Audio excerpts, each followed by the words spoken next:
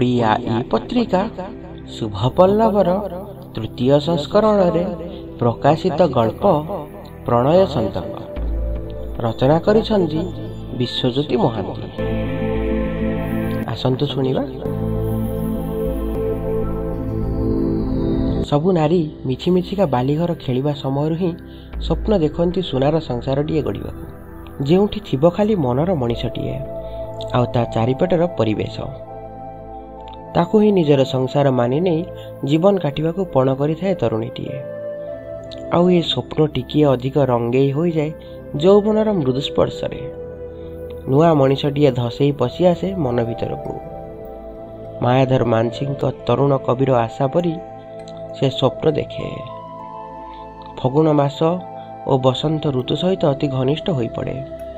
वर्षा भिजा माटीर गंध और बसंतर मलय स्पर्श भी आ बांधि रखिबारे नाही। केहू एक सपन बणिकर झलक टिककरे देहरे शिहरण खेली जाए।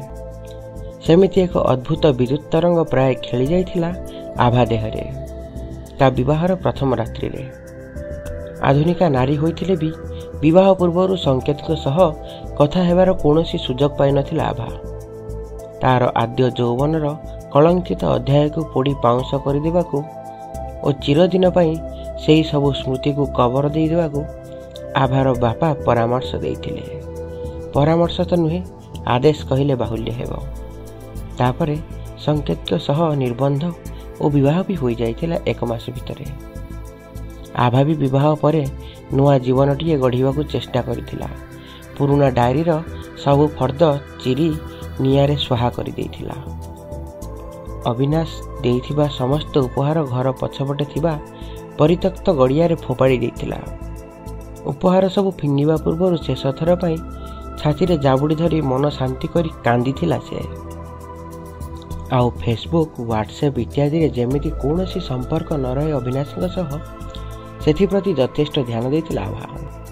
विवाह परे ता मनरे संकेत ही एकमात्र पुरुष होई रहिबे, सेथिबें आभा सबु प्रकार चेष्टा करुथिला। सकाळ संकेत उठिबा पूर्वरु से उठी नित्यकर्म सारी तांका पई कॉफी और जलखिया बनाई दिए। तापरे लिनू को उठाई ताकू स्कूल पई रेडी करे और संकेत पई टिफिन ऑफिस बैग रखी दिए। संकेत भी विवाह परे आभार कौनसी कथा को केबे अवमानना करि नाहंती। स्वामी भाव में जहाँ भी पाइबे सबु प्रकार चेष्टा करती आभा को खुशी करने को। विवाह पूर्व आभा जीवन में जे अन्य पुरुष थिले से विषय रे केबे भी जानिबा को चेष्टा करि नाहंती। से हुए तो आग्रह नहीं जानिबा को। को पुरुष भी चाहिए निज विवाहित पत्नीर प्रणय कहानीर रोमंथन करने को। आउ आभार पूर्वतन प्रेमिका जनित प्रश्न को अति चतुरतार सहित एड़ाई जाती संकेत। बोध हुए सहज मन करते उत्तर देवाको। आभा भी संकेत को एभली व्यवहार अभिमान करी उठंती और पर मुहूर्त से सबको पासरी दियंती। विवाहर 3 वर्ष जाए सबकि सुरुखुरे चलीथिला। संकेत और आभा तांको जीवन में बहुत खुशी रे थिले। हठात दिने संकेत अनाथ आश्रम गोटे कोनी झील को पोष्य कन्या भाव ग्रहण करी घर को नहीं आसिले। तांकर जुक्ति थिला कि लिनू को खेलिया पाई गोटे भौणी मिल जिवो आ आभा को झीलटीए। एपरी अप्रत्याशित और आकस्मिक उपहार पाई आभा किंग कर्तव्य विमूढ़ होई किछि क्षण संकेतक मुह को चाहि रहिथिला। किछि कहिबाकू चाहूथिला से। मन भितरर सबु राग पंचम धरी सारिथिला। मन होउथिला से सेही क्षण से छुआ को नहीं रास्ता उपरे फोपाड़ी देवाकू। मन खोली गाली करिवाकू चाहूथिला संकेतक। हेले विकल होई कांदिवा छड़ा ता पाटिरु शब्दटिए भी स्फुरित हैला नाही। धिक्कार करी संकेतक कहिला, पिलाटीए कौन मु दे पारि नथांती। एमिति अनाथ पिलाटीए रास्ता कड़र उठे आनी मो कोल भाग बसैबा को तुमको अधिकार किए देला। राकेश सह अनाथ आश्रम जाइथिले। सेठी ऑफिस तरफ गोटे प्रोग्राम थिला। पिलाटी को देखिली केमिति गोटे आत्मीयता बोध हैला। तेणु भावप्रवण हो गली। तेणु स्थिर कली कि ताको पोष्य रूपे ग्रहण करी आ संगे संगे सबू फॉर्मालिटी सारी घर को नहीं आसिली। भाविली लिनू को भौणी मिल जिवो आउ आम संसार भी पूर्ण हेब। संकेतकर कौनसी जुक्ति अथवा अनुरोध काटु कर नथिला आभा को। सही मुहूर्त से घर छाड़ी बाप घर को चलीगला। साथी रे किछि लुगा भरा ट्रली और लिनू को नहीं चलीगला। से कही जाइथिला जो दिन ए अपंतरा जाति गोत्रहीन छुआ को घर फोपाड़ी देव ସେଇଦିନ ମୋ ଫେରିବା କଥା ଚିନ୍ତା କରିବ। ସଂକେତର ବାରମ୍ବାର ଅନୁରୋଧ ସତ୍ତ୍ୱେ ସେ ଘର ଛାଡ଼ି ଚାଲି ଆସିଲା ନିଜର ପୈତୃକ ଘରକୁ। ଦୀର୍ଘ 6 ମାସର ପ୍ରତୀକ୍ଷା ଓ ଉଭୟ ପରିବାରର ପ୍ରଚେଷ୍ଟା ଫଳରେ ଆଭା ସଂକେତ ପାଖକୁ ଫେରି ଆସିଲା ସତ, କିନ୍ତୁ ଚିନୁକୁ ନିଜର କରିପାରିଲାନି। ୟା ଭିତରେ ସଂକେତଙ୍କ ସହ ଚିନୁର ଆତ୍ମୀୟତା ଯେ ଅନେକ ମାତ୍ରାରେ ବଢ଼ି ଯାଇଥିଲା ତାହା ଆଭା ବେଶ ଭଲ ଭାବରେ ଅନୁଭବ କରିପାରୁଥିଲେ। ସଂକେତ ମଧ୍ୟ ପ୍ରଥମେ ଆଭାର ଉପସ୍ଥିତିରେ ଚିନୁକୁ ଗେହ୍ଲା କରିବାକୁ ଅସହଜ ମନେ କରୁଥିଲେ, କିନ୍ତୁ ପରେ ସବୁକିଛି ସାଧାରଣ ହୋଇଯାଇଥିଲା।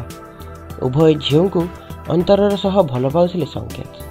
ମାତ୍ର ଆଭା କେବେ ବି ଚିନୁକୁ ଲିନୁର ଭଉଣୀ ଭାବରେ ଗ୍ରହଣ କରିବାକୁ ପ୍ରସ୍ତୁତ ନଥିଲେ। ସିଏ ଚିନୁର ଛାଇ ପଡ଼ିଲେ ବି ସେ ଡେଉଁଥିଲେ। ଚିନୁ ବି ଏସବୁ ଲକ୍ଷଣ ଠିକ୍ ବୁଝିପାରୁଥିଲା ତାର ବୟସ ବଢ଼ିବା ସହିତ।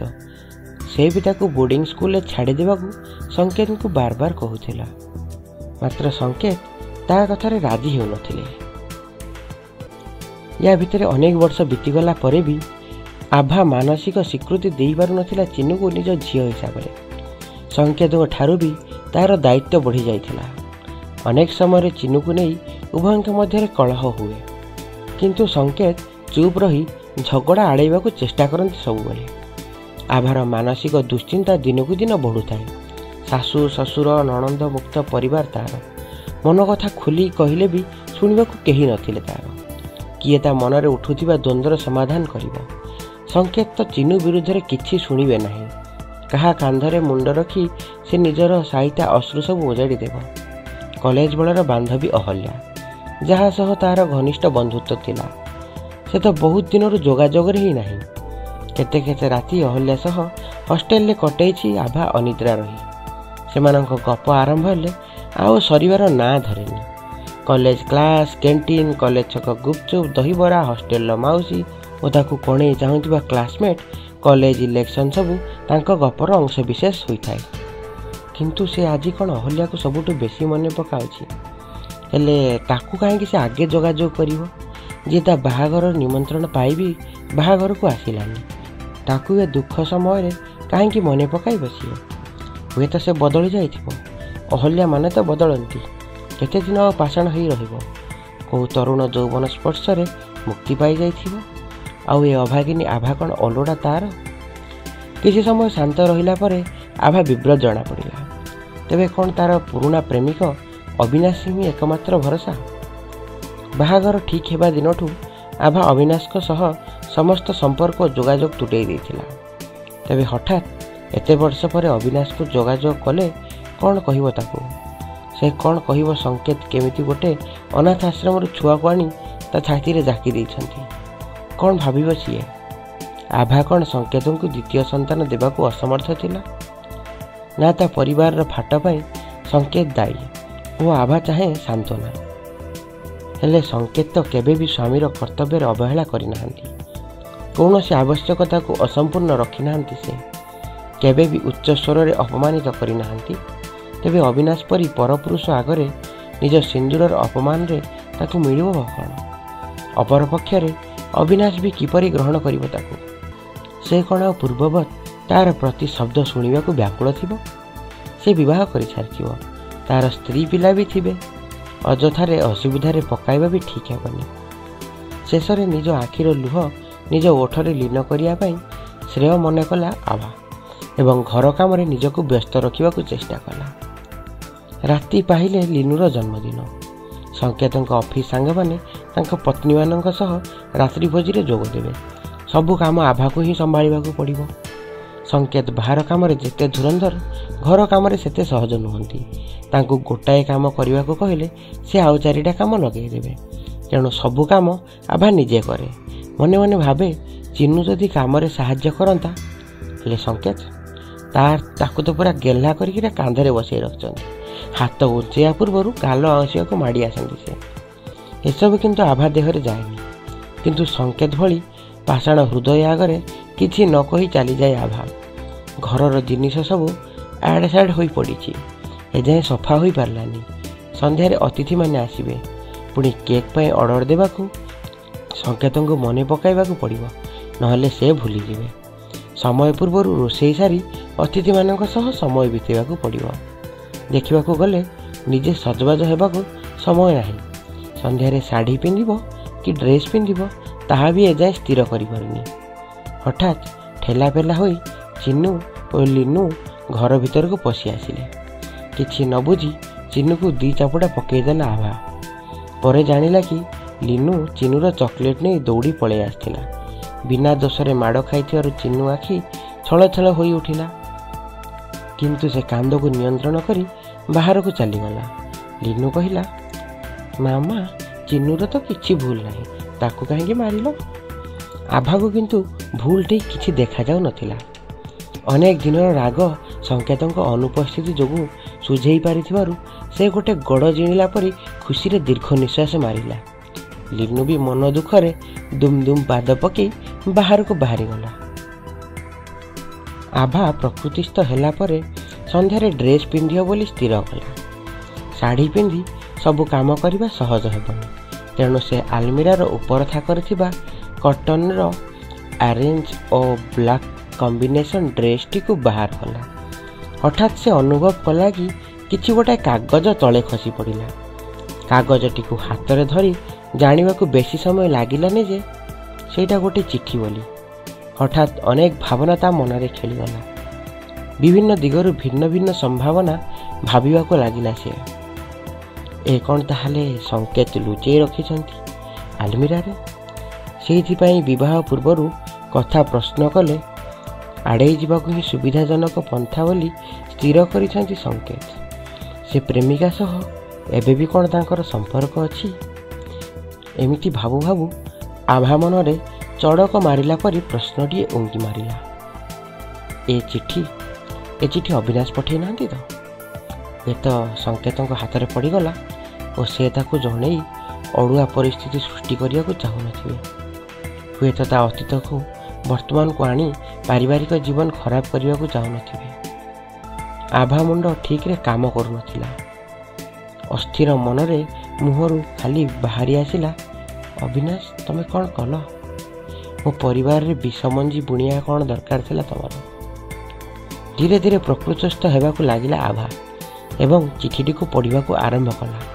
ସମସ୍ତ ଶକ୍ତି ଓ ଧୈର୍ଯ୍ୟ ଲଗାଇ ଚିଠିଟି ପଢ଼ିଲା। ପ୍ରିୟ ସଂକେତ, କେବେ ବି ଭାବିନଥିଲି ଏ ଦିନ ଆସିବ। ତୁମ ସୁଖର ସଂସାରରେ ମୋର କୌଣସି ସ୍ଥାନ ନାହିଁ। ବିଶ୍ୱାସ କର, ସେତିକି ଜରୁରୀ ନଥିଲେ ମୁଁ ତୁମକୁ ଏ ଜନ୍ମରେ ଯୋଗାଯୋଗ ବି କରିନଥାନ୍ତି। ତୁମ ପାଇଁ ମୋ ଭଲ ପାଇବା ଯେ ପୂର୍ବବତ୍ ପବିତ୍ର ଓ ଅସୁମାରୀ। ତୁମ ସହ ବିତାଇଥିବା ପ୍ରତିଟି ମୁହୂର୍ତ୍ତ ମୋ ପାଇଁ ଗୋଟିଏ ଗୋଟିଏ ଯୁଗ। ଆଜି ବି ମୁଁ ସେହି ମିଠା ସ୍ମୃତି ସବୁକୁ ଝୁରି ଝୁରି ମୋ ଜୀବନ କାଟୁଛି। ତୁମ ସହ କାଟିଥିବା ସେ ମୁହୂର୍ତ୍ତମାନେ ବେଳେ ବେଳେ ପରିହାସ କରନ୍ତି, କିନ୍ତୁ ମୁଁ ବି ଏକଜିଦିଆ ସେ ମୁହୂର୍ତ୍ତକୁ ପାଖରେ ବି ପୁରାଏନି, ଯେଉଁଥିରେ ତୁମ ଗନ୍ଧ ନଥିବ, ତୁମ ଚେତନା ନଥିବ। କଲେଜ କ୍ୟାଣ୍ଟିନ୍ରେ ପେଟିସ୍ ଖାଇଲା ବେଳେ ତୁମେ ଯେ ମୋତେ ଏକଲୟରେ ଚାହିଁ ରୁହ, ସେ କଥା ଭାବିଲା ବେଳକୁ ହିଁ ଲାଜ ଆସିଯାଉଛି।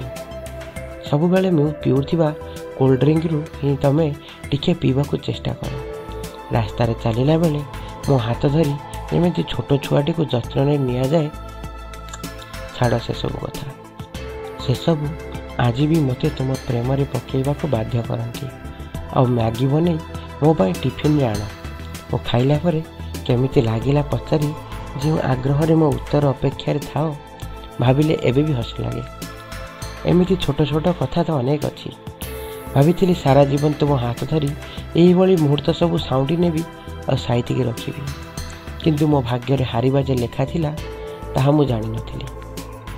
ବ୍ରାହ୍ମଣ ପରିବାର ହେତୁ ବାପା ଆମ ବିବାହର ସ୍ୱୀକୃତି ଦେଲେନି। ମୋର ବି ସାହସ ନଥିଲା ପରିବାର ବିରୁଦ୍ଧରେ ଯାଇ ତୁମକୁ ନିଜର କରିବାକୁ, କିନ୍ତୁ ସେଦିନର ସେହି ନିଷ୍ପତ୍ତି ଯେ ମୋତେ ତିଳ ତିଳ କରି ସବୁଦିନ ପାଇଁ ଜାଳିବ ମୁଁ କଳ୍ପନା କରିନଥିଲି। ଏକମାତ୍ର ପୁତ୍ର ହେତୁ ତୁମେ ଘରେ ଶୀଘ୍ର ତୁମ ବିବାହ କରିବାର ବ୍ୟବସ୍ଥା କଲେ।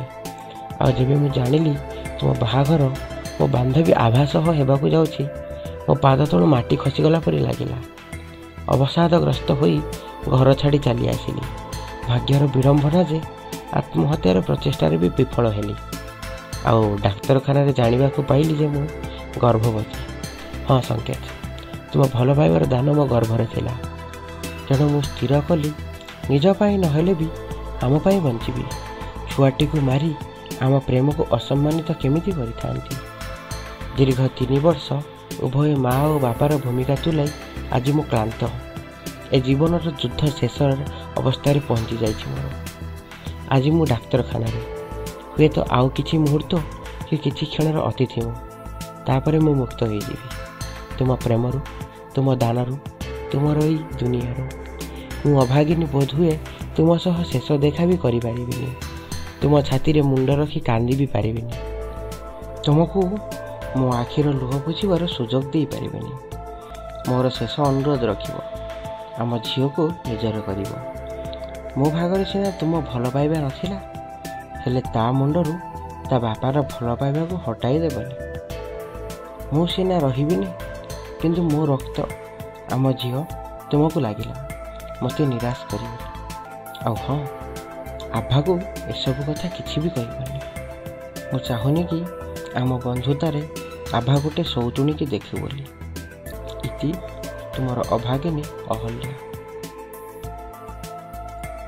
ଚିଠି ପଢ଼ିସାରି ସେମିତି ଆବାକ୍ ହୋଇ ବସିଥାଏ ଆଭା ସୋଫା ଉପରେ। ଆଖିରେ ଲୁହ ଆଉ ବାଡ଼ ମାନୁନି। ଛାତିରେ କୋହ ସବୁ ତଣ୍ଟି ପାଖେ ଯେମିତି ଜମାଟ ବାନ୍ଧି ରହିଛି। ଚିନୁ ଯେ ଅହଲ୍ୟା ଓ ସଙ୍କେତଙ୍କ ରକ୍ତର, କଲେଜ ଦିନର ପ୍ରିୟ ବାନ୍ଧବୀ ଆଜି ହିଁ ତାର ଆଉ ନାହିଁ। ହେଲେ ଅହଲ୍ୟା ପରି ଦେବୀର ଔରସରୁ ଜନ୍ମିତ ଚିନୁକୁ ସେ ଏତେ ହତାଦର କେମିତି କରିପାରିଲା? ଭାବିଲା ବେଳକୁ ତା କାନ୍ଦର ଆବାଜ ଦ୍ୱିଗୁଣିତ ହୋଇଯାଉଥିଲା। ସନ୍ଧ୍ୟା ହୋଇସାରିଥିଲା। ସଙ୍କେତ ବି କେତେବେଳୁ ଆସିସାରିଥିଲେ। ଫ୍ରେଶ୍ ହେଇ ବେଡ଼ରୁମ୍ ଭିତରକୁ ପଶି ଆସି ଆଭା ହାତରେ ଥିବା ଚିଠିଟିକୁ ଦେଖି ସବୁ ବୁଝିଗଲେ ଏବଂ ଆଭାର ମନ ପଡ଼ିବାକୁ ଚେଷ୍ଟା କଲେ। ସଙ୍କେତଙ୍କୁ ଦେଖି ଆଭା ଆହୁରି ଜୋରରେ କାନ୍ଦିବାକୁ ଲାଗିଲା। ସଙ୍କେତ ଆଭା ଆଖିରୁ ଲୁହ ପୋଛି ଦେଇ ଶାନ୍ତ କରାଇ ଲିନୁର ଜନ୍ମଦିନ ପାଳନ ପାଇଁ ଆୟୋଜନ କରିବାକୁ କହିଲେ। ଆଭା ଲୁହ ପୋଛୁ ପୋଛୁ କହିଲା, ଶୀଘ୍ର ଯାଇ 2ଟା କେକ୍ ନେଇ ଆସ। ସଙ୍କେତ କହିଲା, ଆରେ 2ଟା କ'ଣ ହେବ, ମୁଁ ତ ଗୋଟେ କେକ୍ ଆଣି ସାରିଛି। ଲିନୁ ଆଉ ଚିନୁ 2 ଜଣଙ୍କ ଜନ୍ମଦିନ ସାଙ୍ଗରେ ପାଳନ ହେବ। ହେଲେ ଚିନୁର ତ ଜନ୍ମଦିନ କେବେ ପାଳନ କରିନଥାଏ।